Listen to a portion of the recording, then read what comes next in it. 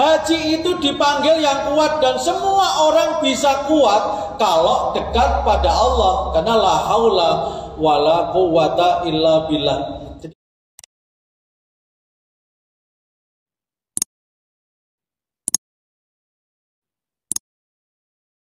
Haji itu paling tidak ada 3 aspek haji yang perlu kita cermati. Yang pertama yang disebut dengan al-hajju rihlah. Haji itu perjalanan. Yang kedua al-hajju mansakah. Haji itu rangkaian ibadah. Kemudian yang terakhir al-hajju hikmah. Ada 3 Pak. Al-hajju rihlah, al-hajju mansakah, al-hajju hikmah. Yang pertama akan kita bahas al-hajju rihlah. Haji itu sebuah perjalanan, tapi ini perjalanan yang sungguh istimewa. Bukan perjalanan yang biasa, pulang capek-capek iya Pak, tapi akan mendapatkan sesuatu hal ketika perjalanan ini dilakukan dengan bekal yang baik. Seorang yang akan menempuh perjalanan kemanapun itu harus berbekal. Berbekallah, dan bekal yang paling baik adalah bekal takwa. Wa tazawwadu fa inna khairaz zadit taqwa. Yang pertama, ketika dengan mensikapi haji sebuah perjalanan, bukan hanya perjalanan fisik Pak, ini perjalanan ruhaniyah, perjalanan batiniah. Kalau kadang-kadang kalau kita piknik itu Pak, saya hari Ahad, hari Sabtu piknik gitu itu kadang-kadang pulang malah capek. Karena apa? Duit berkurang, capek lah, nyopir, macet gitu. Kadang-kadang orang itu perjalanan piknik itu kadang-kadang tidak efektif, kadang-kadang malah kesel, malah duitnya entek meneh. Tapi kalau ini yang bekal haji, kalau betul haji mabrur, nanti uang belanjanya untuk haji akan diganti oleh Allah dengan yang jauh lebih baik. Ketika seseorang itu berbuat kebaikan, Allah mesti akan memberi yang jauh lebih baik. Jadi dengan berhaji itu sudah dihitung ibadah sejak menyiapkan bekalnya, sejak menabung, sejak berniat, sejak berupaya itu sudah dihitung itu ibadah. Itulah yang namanya kemurahan Allah. Orang berniat baik itu baru berniat sudah dicatat kebaikan yang sempurna Pak. Baru berniat. Bapak Ibu sekalian yang sekarang belum berhaji, mulai sekarang jenengan mulai berniat. Seandainya toh, mohon maaf qadarullah ya, takdir Allah bahwa sampai meninggal belum berkesempatan ke sana, jenengan berniat, berikhtiar sudah dicatat. Jadi ibadah itu dihitung sejak berniat. Bekal takwa, fa inna khairaz zadi takwa. Penerapan takwa dalam berhaji dan orang yang berniat berhaji, alladzina yunfikuna fis sarai wad dharra wal kadhiminal ghaidha wal 'afina 'anil nas. Mari kita baca bareng-bareng Pak. A'udzu billahi minasy syaithanir rajim. Monggo.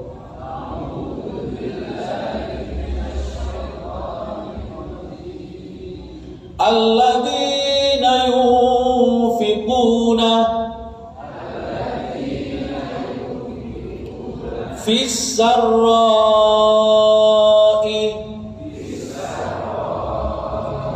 wad dharra'i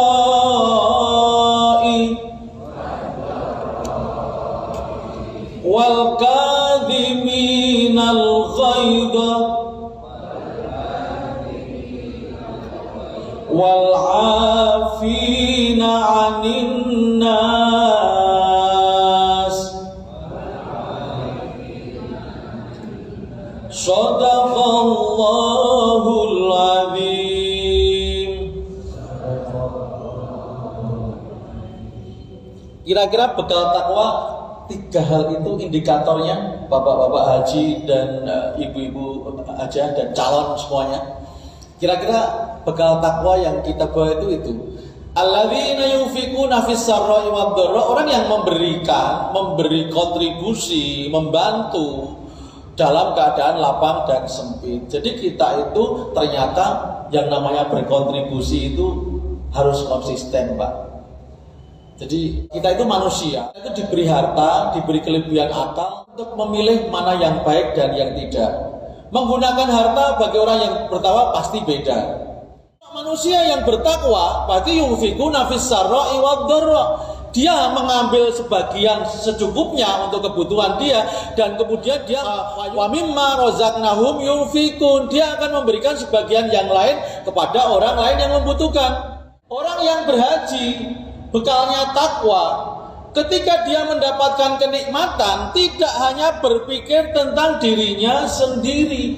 Dia harus punya kontribusi ke orang lain. Mas Okto nanti akan yunfikuna fis sarra'i wad dharra walaupun sedang enggak mood.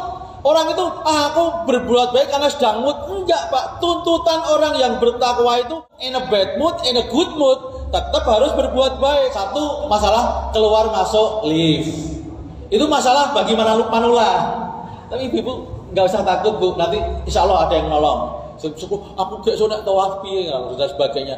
Naik turun bis sholawat itu kalau mau dari hotel ke masjid itu, kita kalau orang yang bertakwa itu akan membantu apa yang dia bisa bantu, nemeni bapak-bapak ibu yang sepuh-sepuh mau tawaf, itu tawaf yang sunnah ini. Jadi bapak sekalian, ini takwa. Jadi semangat spirit kita untuk memberikan kontribusi. Jangan kalau pengen dipanggil oleh Allah sebagai haji juga mulai dengan bersikap sebagai orang yang berhaji berbekal takwa, yaitu kita punya spirit memberi apa yang bisa kita berikan. Monggo Bapak sekalian yang berhaji dan yang pengen disegerakan berhaji, kita punya spirit membantu pada orang lain. Apapun, dan Allah itu mengembalikan yang lebih baik, Pak. Yudha'afu lahum. Allah akan berikan balasannya tidak hanya sama. Ketika ada orang berbuat baik, Allah memberikannya tidak sama, Pak. 10 enggak hanya bu. Tapi Allah memberikan pasti yudha'afu, dilipat gandakan. Itu yang pertama, Mas Okto dan kawan-kawan. Yang kedua, wal kadhiminal ghaidha, menahan diri, Pak. Ketika berhaji itu di sini kayaknya biasa sedang jadi pakai mangkol, Pak. Kadang-kadang ini saya nggak nakut-nakuti. Ini mengendalikan diri kita awali dengan menjaga lisan. La rafasa, la fusuqa, la jidal. Ini Pak yang rawan tuh jidal. Kalau rafas ngomong saru, ngomong kasar, insya Allah bisa jenengan. Tapi yang jidal ini Pak, ketika nanti panjenengan beribadah itu ketika sudah tawaf sudah, ketika umroh wajib tawaf sudah, asal cocok-cocokan kok enggak malah jadi kok ngono. Banyak orang gara-gara seperti itu kemudian terus jidal. Ada suami istri di Indonesia baik-baik saja, di sana bisa loh, Bu. Jamaah laki-laki ini, bapak ibu-ibu ini suaminya membantu orang lain cemburu. Ada loh, Bu, di sana, Bu. Dari sini diniatkan la jidal. Jadi orang itu menahan diri diawali dengan menahan lesan. Kalau bisa menjaga lesan itu insya Allah akan bisa menjaga nafsu yang lain bisa dikendalikan. Yang saya mengalami Pak, turun dari bandara itu bis saya itu berangkatnya itu ketinggal dengan yang lain, Pak. Jadi teman-teman sudah di hotel di Madinah, saya masih di bandara. Nggak tahu bisnya itu kenapa nggak jalan-jalan. Oh ya, ada orang yang terpancing marah, ini kenapa? Pembimbing ngentika, Pak, ayo jangan, nggak usah komplain, pokoknya baca istighfar aja. Kalau sedang pengen marah, kalau pengen ngomong kasar gitu diganti dengan astagfirullah. Ini berlaku juga yang di rumah, tidak hanya saat haji loh, Bu. Kalau sing haji wae sing ngomong orang, enggak begitu kita ada nafsu ingin ngomong kasar, segera ganti dengan astagfirullah. Aku tuh udah bayar banyak, kok pelayanannya seperti ini. Itu ada nafsu seperti itu, Pak. Kita itu orang itu kalau sudah merasa bayar, memberi, itu orang akan dapat haknya ya. Makanya kan dalam agama kita, setelah kita belajar tentang ilmu infak, kemudian kita belajar ilmu memaafkan, ilmu tawadhu, Pak. Jadi kalau bapak-bapak dari perjalanan lah, mungkin ada hujan juga prosesnya panjang, pemeriksaan kesehatan dan sebagainya panjang. Kalau memang pengen ngomong yang kasar, pengen ngomong yang tidak enak itu ganti dengan zikir aja. Entah itu astagfirullah atau subhanallah atau apalah. Cepet-cepet diganti Pak, jangan sampai terucap. Begitu terucap sekali akan muncul yang kedua, tiga kali merasa terfasilitasi. Ada break even. Kalau kita itu kalau ada orang punya masalah itu kan break even ya, mencari alasan untuk keluar. Berikutnya adalah wal'afina anin nas, memaafkan manusia.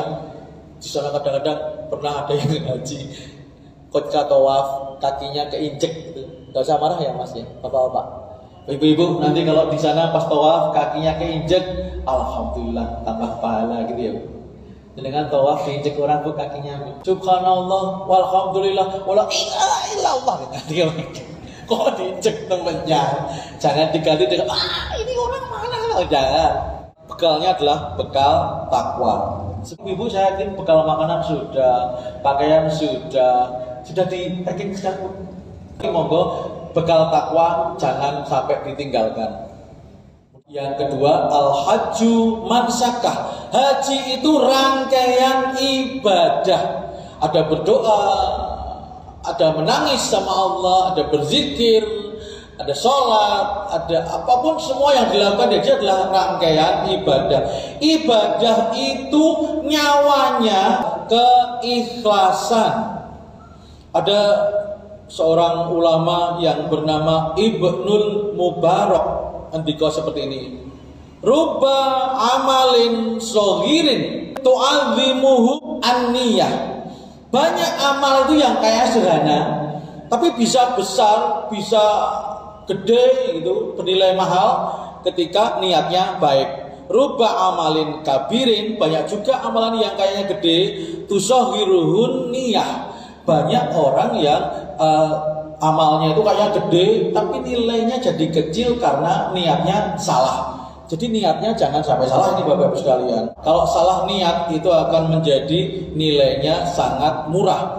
Bahkan Syekh Ibnu Athaillah As-Sakandari mengibaratkan bahwa ibadah tanpa keikhlasan itu bagai raga tak bernyawa. Panjenengan berhaji itu tidak amal yang kecil tuh Pak. Haji itu kan banyak toh Pak, yo ragate yo kayak waktunya yo. Intinya cuma 5 hari kan, wukuf tanggal 9, kemudian malam 10 bermalam di Muzdalifah Abid, kemudian ke Mina hari berikutnya, ke Mina melempar jamarot, kemudian tanggal 11, 12, 13 itu di Jawa paling 5 hari Pak ibadah haji itu. Tapi kan kita memberi nilainya, kita maksimalkan dengan niat yang baik. Dan perintah ibadah haji di surat Ali Imran ayat 97 itu memang perintah untuk haji itu beda dengan perintah ibadah yang lain.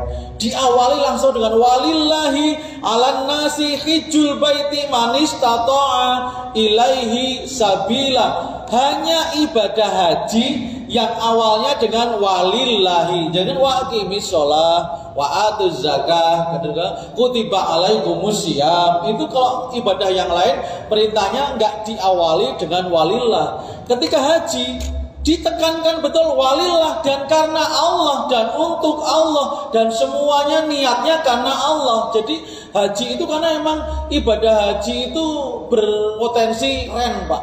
Mau kemana? Mau daftar haji, keren loh Pak. Mau kemana? Pamitan haji, keren. Mau berangkat itu keren Pak. Tapi makanya kita harus betul-betul meniatkan karena Allah. Haji itu hanya untuk Allah betul. Di belakangnya ada kata-kata manis tato'a ilaihi sabila, bagi orang yang istita'ah, yang punya kemampuan. Dan panjenengan semuanya, kita semua itu Pak, manusia itu sebenarnya lemah Pak. Kita itu kuat karena dikuatkan oleh Allah. Seperti yang sehari-hari kita baca, la haula wala quwata illa billah. Haji itu dipanggil yang kuat, dan semua orang bisa kuat kalau dekat pada Allah, karena la haula wala quwata illa billah. Jadi ketika tawaf itu kan baca itu Bu, subhanallah walhamdulillah wala ilaha illallah wallahu akbar wala haula wala quwata illa billah. Sampai rukun zamani diganti Rabbana atina fid dunya hasanah wa fil akhirati hasanah wa qina adzabannar. Besok ibu-ibu kayaknya akan nangis deh. Semua orang beriman itu bisa kuat karena sesungguhnya yang punya kekuatan itu Allah. Cuman beliau-beliau sekarang yang sekarang diberi kekuatan duluan. Next panjenengan semua insyaallah. Dari sekarang jenengan harus la haula wala quwata illa billah. Jadi Bapak Ibu sekalian, yang kedua, yang haji tadi adalah mansakah, rangkaian ibadah niatnya harus karena Allah, walillah, dan karena Allah. Jadi kemudian yang kedua, orang beribadah itu intinya adalah doa. Ad-du'a'u, doa itu mukhul ibadah, doa itu esensinya ibadah. Jadi orang beribadah itu akan menjadi punya makna ketika dimaknai sebagai sebuah doa. Doa itu sebuah pengharapan. Dalam setiap detik menit dengan dari berangkat sampai pulang lagi penuhi dengan doa, Pak. Doa yang terucap iya, doa yang dalam hati iya, doa yang dalam otak iya. Kenapa sekarang banyak orang doa nggak dikabulkan? Doa itu hanya dalam ucapan. Ketika dia berdoa, Allahumma firli. Ketika di luar doa, otak kita, hati kita harus sejalan dengan itu, Pak. Ketika kita mengatakan Allahumma kfina bihalalika an haramika, ya Allah berilah kami kecukupan dengan rizki yang Kau halalkan sehingga kami terjauh dari rizki yang Kau haramkan. Itu doa saat diucapkan bisa makbul. Kalau di luar doa saat kita mengucapkan, otak kita, hati kita, perilaku kita sesuai dengan yang ada dalam doa. Jadi berdoa itu setiap saat, Pak, walaupun nggak terucapkan. Jadi ketika jenengan nanti selama dari, apalagi di tanah suci, doanya makbul, apalagi di tempat-tempat yang mustajab, di Raudhah. Sekarang di Raudhah sudah lebih tertib, Mas. Ada aplikasinya. Kemudian saya 2016 haji, 2017 tugas. Itu 2017 sudah mulai Raudhah itu diatur dengan lebih baik. Jadi kalau dulu kan masuk terus tuh kan. Sekarang ditutupi, Mas. Ada sekat. Jadi jenengan masuk, diberi waktu durasi sekian waktu gitu, kemudian baru suruh keluar. Rombongan yang ini suruh keluar, haji, olas gitu. Jadi ketika ini sudah diberi waktu berdoa dengan sungguh-sungguh, kemudian keluar, baru dibuka, Pak, portalnya itu. Portal, jadi insya Allah lebih jangan berdoanya lebih maksimal di Raudhah. Sekarang apalagi saya teman-teman yang kemarin umroh katanya ada semacam aplikasi ya, Mas. Sudah tahu, Mas? Nanti yang sepuh-sepuh dibantu ya. Kalau seperti itu. Doa di Raudhah iya dikabulkan karena tempatnya. Tapi berdoa itu juga dikabulkan oleh Allah karena berulang-ulang, konsisten. Jadi ketika kita mengucapkan, kemudian perilaku kita cocok, hati kita cocok, otak kita cocok, maka doa itu akan dikabulkan. Banyak orang yang berdoa, ucapannya A, tapi perilakunya B, C, dan sebagainya. Lah bagaimana Allah? Iki cahi karpe piye to? Ketika jenengan mengatakan la haula wala quwata illa billah saat berdoa, di luar sholat juga begitu, di luar doa juga begitu. Ketika kita sholatnya khusyuk berdoa pada Allah, bilang mengatakan iyyaka na'budu wa iyyaka nasta'in, di luar sholat juga harus begitu. Tidak, walaupun dalam otak kita. Makanya monggo Bapak Ibu sekalian, sepanjang jenengan dari perjalanan sampai pulang penuhi dengan doa dan harapan pada Allah. Itu namanya al-hajju mansakah. Haji itu ibadah. Dan intinya, rasanya ad-du'a'u, doa itu mukhul ibadah. Ibadah itu tidak ada rasanya kalau tidak ada doa di dalamnya. Kalau jenengan pengen haji itu ada rasanya, itu perbanyak dengan doa, semangatnya berdoa. Yang berikutnya, beribadah itu perlu kesungguhan. Itu tadi manistato'ah, memaksimalkan kemampuan.